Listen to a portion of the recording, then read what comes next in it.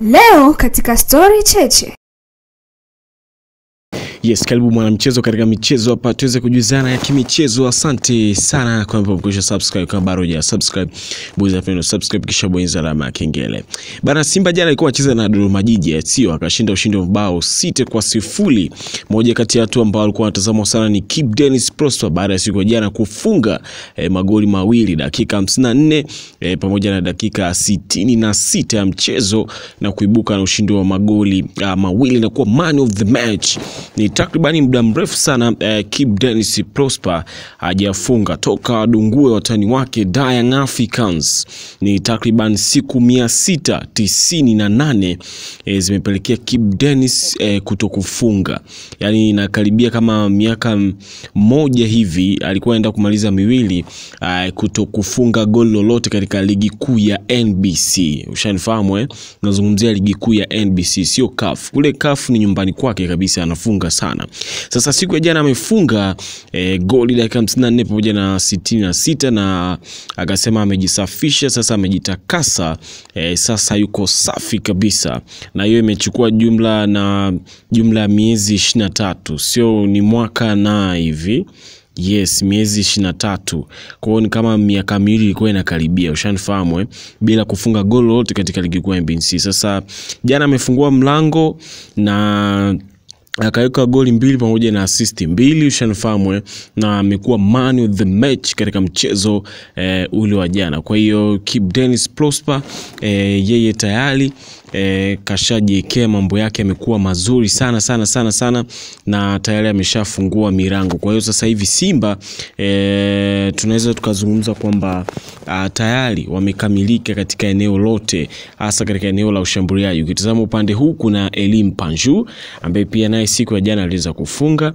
Ukitazama winga ya huku yupo Kibu Denis Prosper ambaye pia naye siku ya jana aliweza kufunga. Kwa hiyo kwa sasa hivi Simba kila idara wako vizuri na wamechangamka kweli. Kwa hiyo ni hivyo. Jana kocha wa Simba Fadlu Davis aliulizwa kuhusiana na performance ya Kibu Denis na kocha Fadlu alijibu na kusema hivi: sina kipingamizi na Kibu Denis, ni miongoni mwa wachezaji wangu muhimu.